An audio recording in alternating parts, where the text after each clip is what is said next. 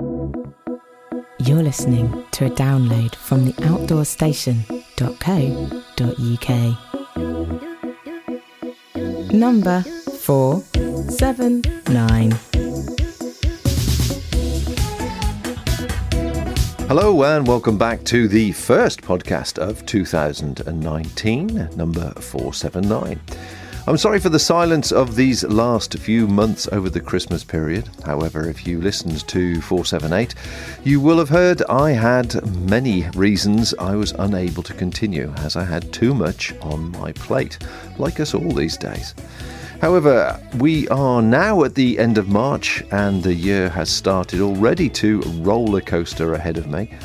My studio and office building is now up and dry, but as I'm doing all the work myself, everything seems to be taking longer than I had hoped, so I'm just starting on the interior now. That said, other things that I mentioned in that podcast regarding live streaming, well, the equipment has arrived. And there's a couple of test live streams on the YouTube Outdoor Station channel where I was testing the setup in different weather conditions and taking a walk around the Malvern Hills. The video's good, but the audio is naturally a little bit windy. And on that note, if you stay tuned to the end of this podcast, I will tell you about a forthcoming live stream which is taking place in conjunction with Montaigne, where you can actually join in live and ask questions as I look at two of their new lightweight rucksacks. It's all a bit of a test, but it could be good fun. The first live stream of its kind, I understand, but more of that at the end of the show.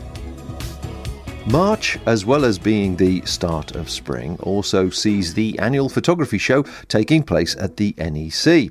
Once again, I attended, and this time I was looking for very specific interviews which were more appropriate for us outdoor users, such as things to do with action cams, drones and their training, and of course any items to clamp or carry our precious electronics.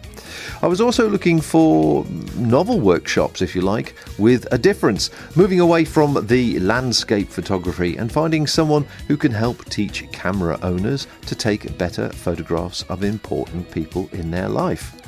And as you'll hear, I wasn't to be disappointed. So let's kick off with GorillaPod, who were displaying two new unique products which use the GorillaPod base but added the smooth panning facility of video fluid heads on the top. Paul Hill, category manager at Joby, tells us more. Okay, so here at the photography show, some of the newest products we've got are the Joby GorillaPod Pro video range. So these are based on some of the world's biggest selling Joby GorillaPods, which have just been synonymous for flexibility and portability. You can grip it, wrap it, stand it. And the GorillaPod Video Pro, available in two different flavours, but both use this fantastic little fluid head.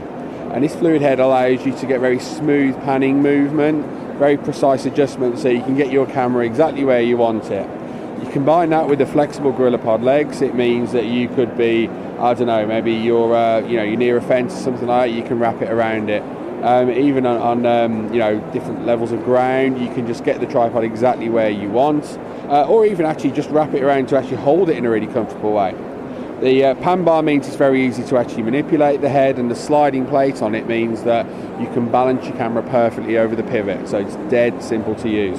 I think probably one of the biggest things that most people will find when they're starting to video in the outdoors is getting the horizons correct. Yes. So is there any assistance on there to help with that? Yeah, so this head comes with a levelling bubble built in, and that, and combined with a lot of modern mirrorless cameras having their own level built into them as well, means that you've just got belt and braces way to make sure that you do get that level.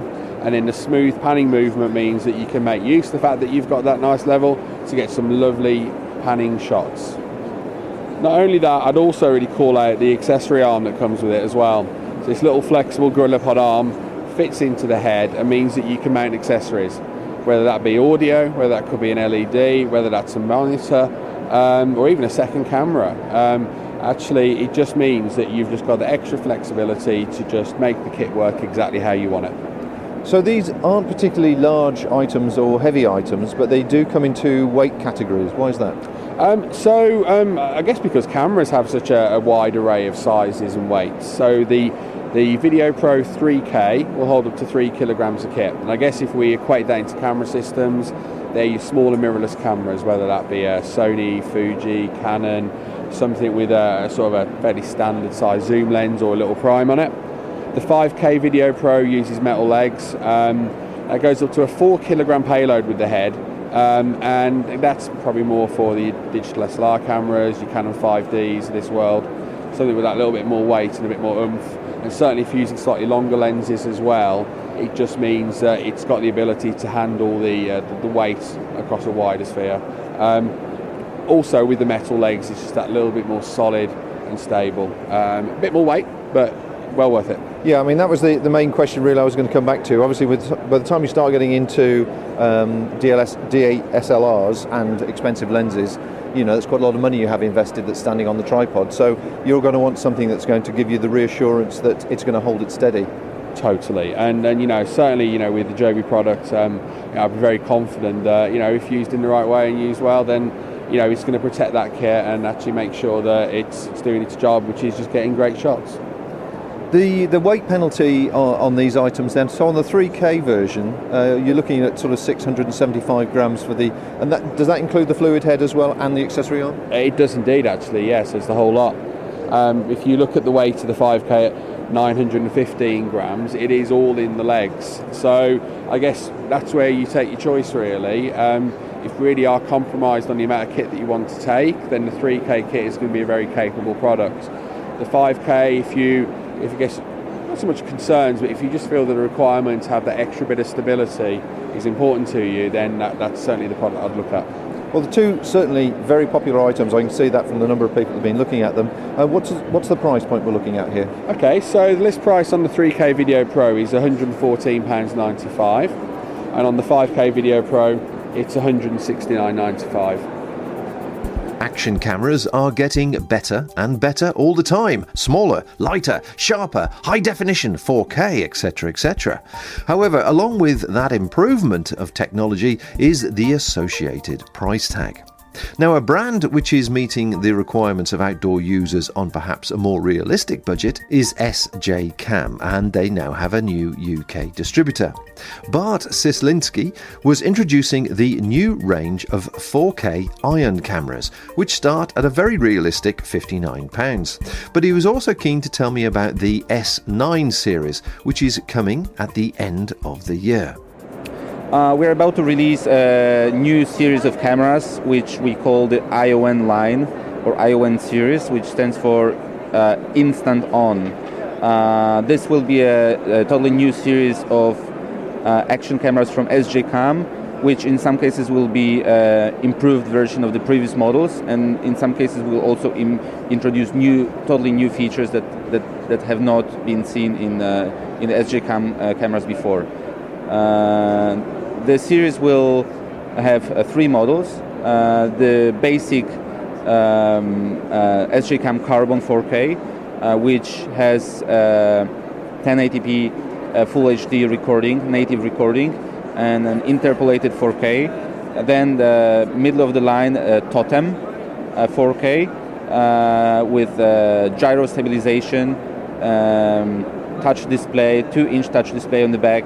And then the top of the line Krypton 4K, which has 4K at 30 frames per second recording, 2.33 inch wide touch display, IPS touch display on the back, and all 3 of the models come with a waterproof case and basic accessories such as the base mount, the lens cover, and the USB cable. Okay, so let's look at some of the basics then. The battery power is always a big thing when it comes to action cameras. There's nothing worse than being out there and suddenly finding your batteries have drained. How long do the batteries last on this, and is it the same battery and the same length of time along all 3 models? We have been trying very hard to improve the battery life on all of our models, and in the ION series, each of the models has a slightly different battery. The basic carbon has a 900 milliamperes battery. The Totem has a 1000, and the Krypton has a 1200 max battery. So with the Krypton, we're looking at about up to 3 hours recording time at the full HD resolution, whereas with the Carbon it'd be up to about 2 hours a full HD recording. Now, I think one of the most interesting things and the biggest appeal of this particular range of cameras is the price points that we're looking at. Yes, we are trying very hard to make our cameras both very good quality and affordable for everybody, so that we have kept the same price point from our previous models with all the improved specs of the new ION line. So we're looking at about £59 for the basic Carbon 4K, then about £99 for the middle Totem 4K, and around £149 for the Ultra HD Krypton 4K camera. Now, these action cameras follow the traditional theme at the moment as being cameras inside a waterproof case with various accessories, but I know there is a new line coming from you which has got completely waterproof cameras, and they're coming out later on in the year. Would you like to tell me a bit about those? Yes, of course. SJCam is also about to introduce a new series of cameras called SJ9, which follow all the SJ series of cameras, starting from the SJ4000 in 2014 till the SJ8 being released last year. Now we'll be releasing the SJ9 for the 2019, and it will have a fully waterproof body. So the camera will be waterproof without the case up to 8 meters, and obviously will also supply waterproof cases for those who would like to go with the camera deeper than the 8 meters depth. Yeah. So with this series, we'll only be looking at 2 models.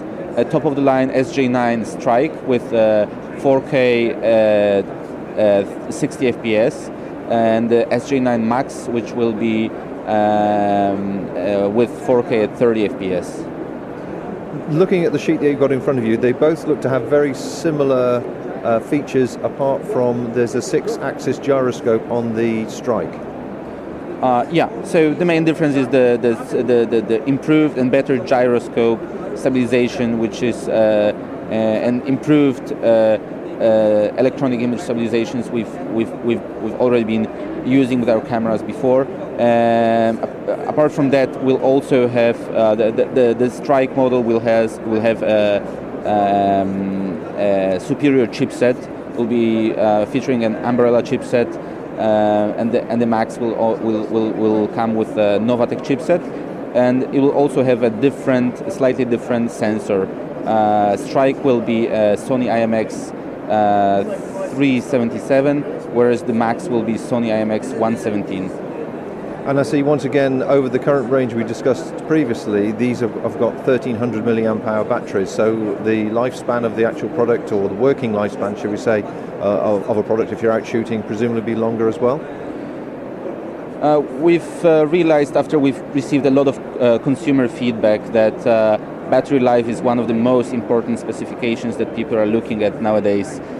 With our first models of cameras introduced, such as the SJ4000, people would sometimes buy up to 2, 3, even 5 batteries and then replace the batteries on the go. Nowadays people are looking for something more stable, for a camera that they could be using with only 1 battery inside. So that's why we have been increasing the battery size, and also have been working very, very, very hard to optimize the software for longer battery life. Now with the SJ9, the battery is the biggest so far. It will be 1300 milliampere hours, and we'll be looking at more than 3 hours of a continuous recording for the full HD resolution. After the Gatwick debacle, drones never seem to be out of the news these days, and the confusion over what you can do, where you can fly, and what permissions you need to seek or not is resulting in many of these flooding the second-hand market and ending up in the rucksacks to record our outdoor adventures. However, there of course is nervousness about using them. Therefore, training is becoming vital to ensure that your flying technique is safe and you don't land in hot water, legally speaking. Alan Proto operates the Phantom Flight School and helps clarify some of the current confusion regarding flying over common land, national trust and maybe English heritage property. When I'm teaching classes about drones, where I start is that the Ford Model T was invented in 1917, and it wasn't until 30 years later that there was a driving test. And it wasn't until 30 years after that that they realised that drinking while driving was probably a bad idea. And so drones are very new, the legislative environment is very new, and people's understanding of the legislative environment is poor. But actually, globally, the rules around drones are coalescing around some sensible criteria, which are don't fly drones in places where they could harm other people or other people's property, including other aircraft. And I think that once people widely understand, keep the drone below 400 feet above the ground, because general aviation flies above 500 feet, and don't fly near airports, then you've solved a majority of the problems. So the issue is not the legislative framework. That's in place, it's stable, it's well considered. The difficulty is that not enough people know about it as yet. You know, we all know the speed limit on the motorway, we don't always abide by it, but as yet not enough people understand the rules around drones. And I think that sums it up in a nutshell, because with recent news at Gatwick being very topical at the moment, but also privacy laws and other images that you see on a regular basis on television, whether people have used drones in something dramatic or they've used it as some sort of news gathering, there's always a question mark in my mind as a viewer wondering, well, I didn't think they could fly over there to take that picture and do that particular thing.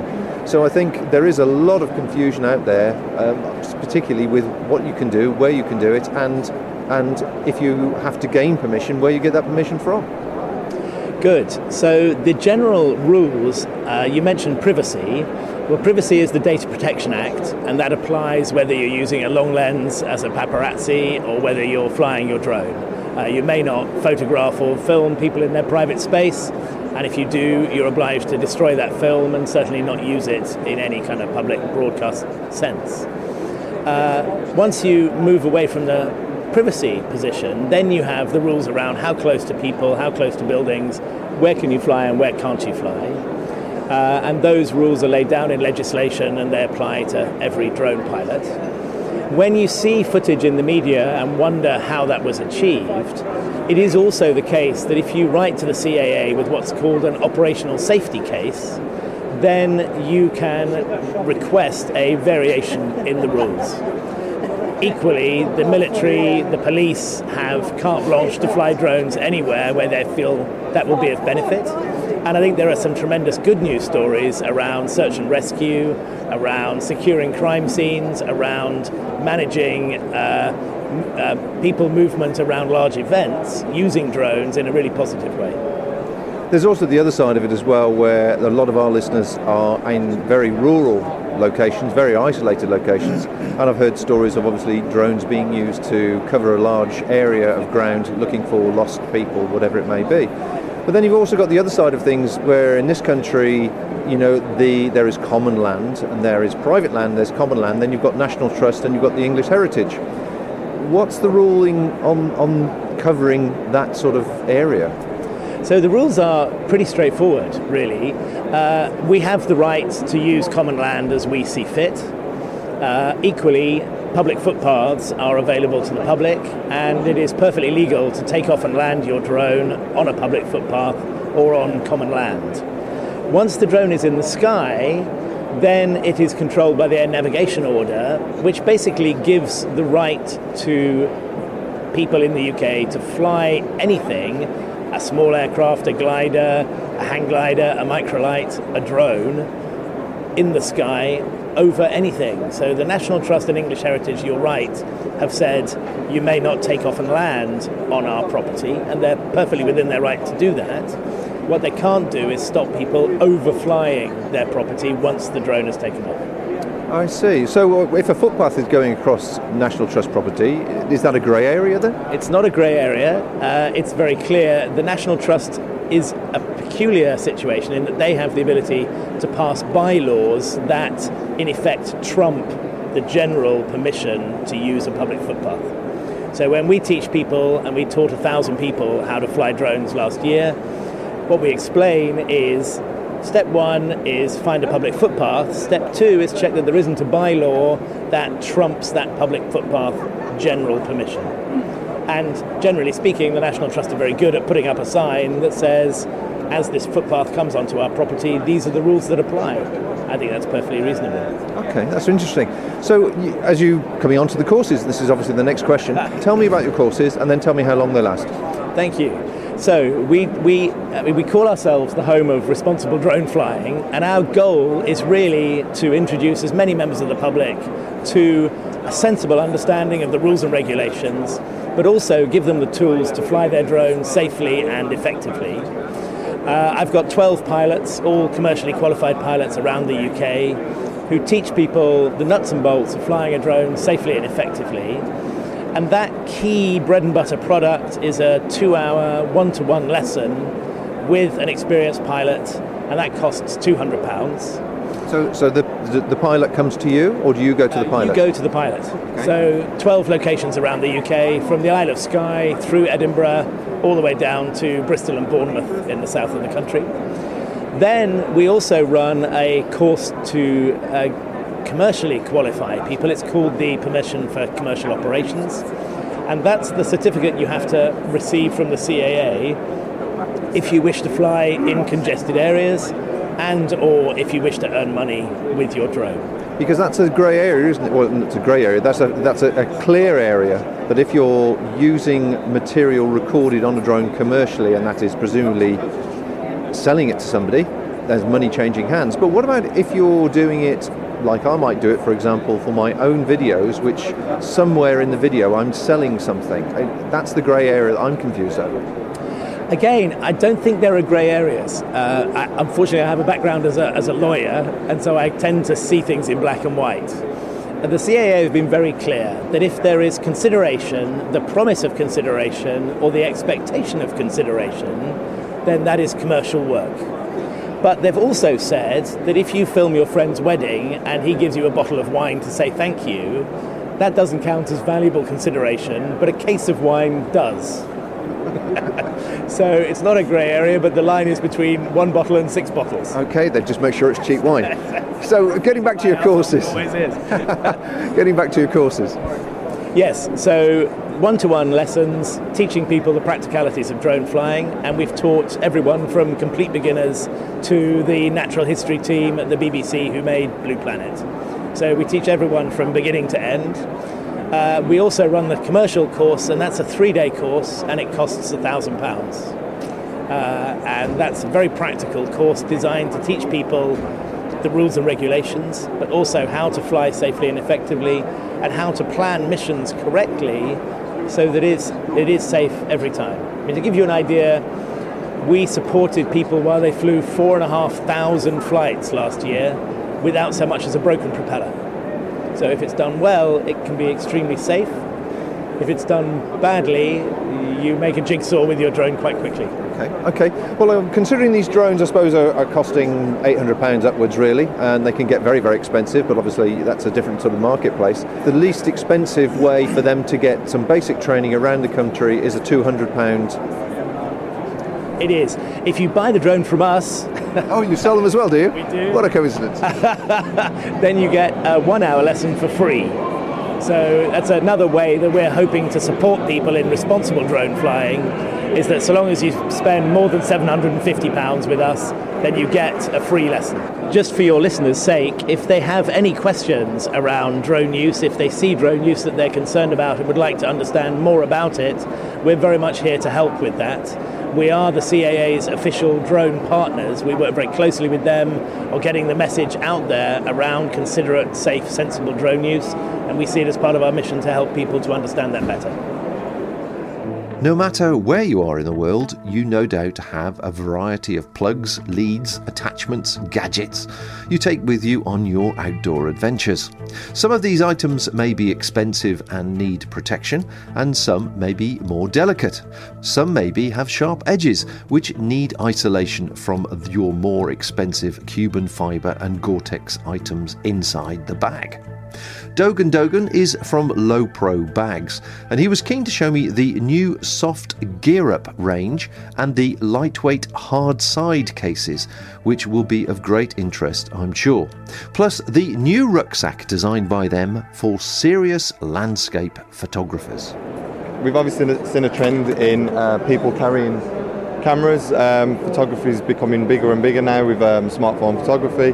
But if you want to take that extra quality, then you probably want to take more of a professional camera with you, should we say. And they're becoming smaller and smaller. So at Low Pro now we've got cases that can do that, and various little pouches that you can store these in and keep it nice and tidy and safe. And you can then put that little pouch or bag into your everyday pack for you to go walking, hiking, or whatever you wish. Okay, so let's take a typical scenario then. There will be people that will be doing hiking and backpacking as their normal activity, and they might have, as you say, a small APC camera with the chargers, with the various batteries, with the various leads that they need to last them a few days, possibly even a solar charger as well. What have you got that might suit their needs? Okay, so we've got a fairly new range called Gear Up. As the name suggests, put all your gear in, but it's mostly for loose cables that you'd normally find in your bag.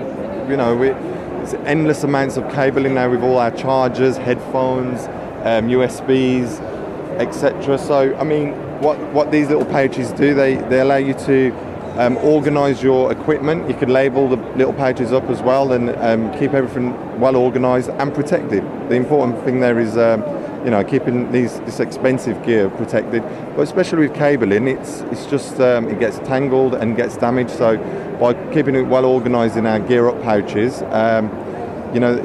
it extends the longevity of the product.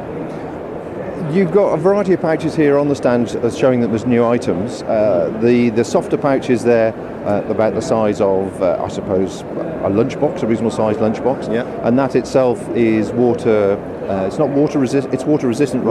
Yes, exactly. Waterproof. Yeah. And it's got a couple of padded pouches inside it. But I'm quite interested in these impact protection cases that you've got. Nice. They start really small, about the size of a 2-egg box, I guess. Yeah, you could, easily. This is the hard side collection. Again, a new collection for us at Low Pro.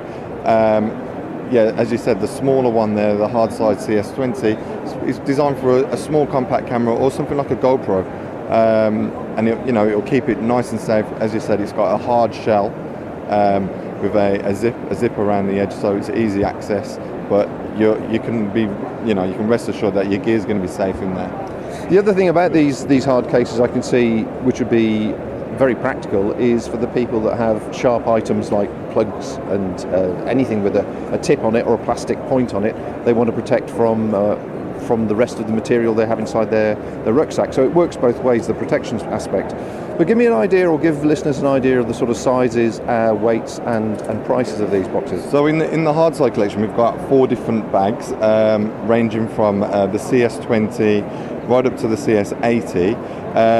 The CS80 is the larger one, and you can carry several items in there, including drones, like the new DJI Mavic, for example, GoPro, or like a Joby Gorilla Pod. So, as you said, you mentioned cables and chargers. Yeah, this will keep those items safe, as well as keeping the rest of your gear safe and out of the way. In terms of the pricing, you're looking anything between £20 right up to £40 for these bags. So, in the long scheme of things, it's an inexpensive purchase to keep what is considered expensive items nice and safe and secure. Okay, and the big question with my audience is the weight penalty. Yes. I mean, yeah, with all the bags we are designing nowadays, we're trying to keep them as light as possible and ensuring that we still have the protection there. But you're looking no more than 200, 300 grams for these bags, so fairly lightweight, really, in consideration to what you're going to be carrying. Okay, and taking this a stage further to the other end of the scale, I see you've also got a new range of rucksacks which are specifically designed for the outdoor photographer, but you've actually taken on board a lot more of the rucksack technical features that you perhaps have done in the past with a bag that will just hold cameras. This actually is a specifically designed rucksack from the ground up. Yeah, it's for that outdoor user. So this is the powder. So this is our new collection, launched late last year. We've started to see stock come in now. So this is a first for this show. But it comes in two colorways. So you've got the blue and you've got the orange and grey. Okay, before we go any further, are we talking 50 litre, 60 litre rucksack? So this is roughly about a 55 litre rucksack. Okay. It has a split design, so you have a 60-40 split, shall we say. You've got a camera compartment down the bottom and a non-camera compartment at the top. So it allows you to keep all your camera gear nice and safe. Full frame body, attached with a lens attached with a couple of spare lenses as well. Okay, if I can just interrupt you there, try and describe this for the listeners. The actual access point for the camera equipment, the lower section of the rucksack, is from the shoulder harness side rather than from the front of the rucksack, so it's from the back of the rucksack. And that is the lower 2/3. The rucksack itself is well constructed with good padded hip belt and shoulder harness, and plenty of compression straps. And there's quite a few features that are ideal for the travelling or landscape photographer, which I'm sure you'll come on to. Yes, so as you mentioned, the access to the camera gear is at the back, so this is kind of a security feature, I guess. But also when you're outdoors, if you put your bag down, you tend to put, it's usually in a muddy, wet kind of conditions. So putting the bag down on the front side, it means it's keeping the back of your bag nice and dry and clean, because that's what's going to be going essentially on the back. Once you want to access your camera gear, so undo the zips at the back, open it up, and then you'll find a unit at the back there with all these dividers. These dividers allow you to keep your lenses and your cameras in their own compartment, should we say. This is a modular system, so you can configure it to your specification. So if I can just once again interrupt, so that's a tray, a padded tray that has padded compartments, Velcro-based compartments, so you can adjust it to virtually any size of camera need that you might have. And then the whole tray is actually removable. Correct, yes. So this is almost an independent compartment unit, should we say. It will come out. It has its own cover with its own zips and a handle, so you could potentially take this unit out. You know that all your camera gear is stored in there, nice and safe. You can leave that to the side, and you can then take your bag out and use it as an everyday day pack, and fill it with the rest of the gear that you'd normally carry, without taking all your camera gear with you. Right, so to access the non-camera compartment, shall we say, it would be from the top with a bungee cord on the top there. Pull that open and you've got quite a large capacity to carry non-camera gear, clothing, food, etc. It'll keep it nice and dry. As I said, this bag is highly water resistant. It does come with an all-weather cover as well, so that's included in the bag. You've got room to put a hydration pack, a bladder in there, and it allows you to feed that through. If I can just again add to your description here, the bladder compartment is actually on the side of the pack rather than at the back, which is unusual, but it also allows you, if you weren't to use the bladder compartment, you can use it for other camping equipment. The other side of the pack has a very unique, nice little feature for carrying tripods. Tripods, as we know, can be all shapes and sizes, and they can be extremely bulky and not do your carrying rucksack any favours sometimes. But this has got a unique flap that comes out of a hidden zip that has got a pocket for the bottom of the tripod to slot into. Correct, yeah, so this is your tripod pouch. And it's only there when you need it. So obviously if you're not going to be carrying a tripod, you can keep it tucked away nice and neat out the way, But then the straps along the side of the bag can be used for other things, walking poles. It can be used for carrying, I don't know, a jacket or something that may not fit in your bag. You can carry it on the side. These straps are very useful for more than just a tripod. I see also the lid's a floating lid as well, so that allows the capacity to vary as you're hiking. So all in all, it's quite a good compromise between a decent rucksack and a camera-friendly product. Is the lid completely removable, so if you wanted to, you could save weight there? Yes, so you could take the lid off completely. It's got plenty of pockets in there actually, so you could use it as a little, I don't know, a little pouch of its own really to carry separately. But yeah, if you wanted to reduce the weight, you can take it off, but it does then expose you to the elements, and obviously if it started to rain, you're risking it. Okay. Well, it's obviously a well-featured product, and for all that, I'm sure it's not going to come in at the cheapest end of the market. So what sort of price are we looking at here? You're looking at just over £300 for this bag, 309.95. However, in the grand scheme of things, when we look at the market, it is competitively priced. So yeah, I believe you're getting a lot of bag for your buck. There are usually only two big reasons you might buy a camera: to capture landscapes or to record and capture people. It was interesting to see a reduction in stands offering landscape workshops this year, and for the first time a stand offering portrait tuition was presenting their service from an entirely unique perspective, as Natasha J. Bella now explains. I run workshops for beginners in photography, or for those that are experienced in photography but maybe in different genres like landscape, wildlife, travel photography or product photography, and haven't got the experience in studio and working with models. So my workshop is an introduction into how to prepare for a photography shoot, a model photography shoot, how to express your ideas, how to compose an image and communicate with the model, and how to direct and understand poses. You're unique in what you're offering, in that a lot of studios run by photographers will teach people similar things. However, your background is completely different and fresh, and I'm sure gives people a much more reliable understanding of what's involved in the process.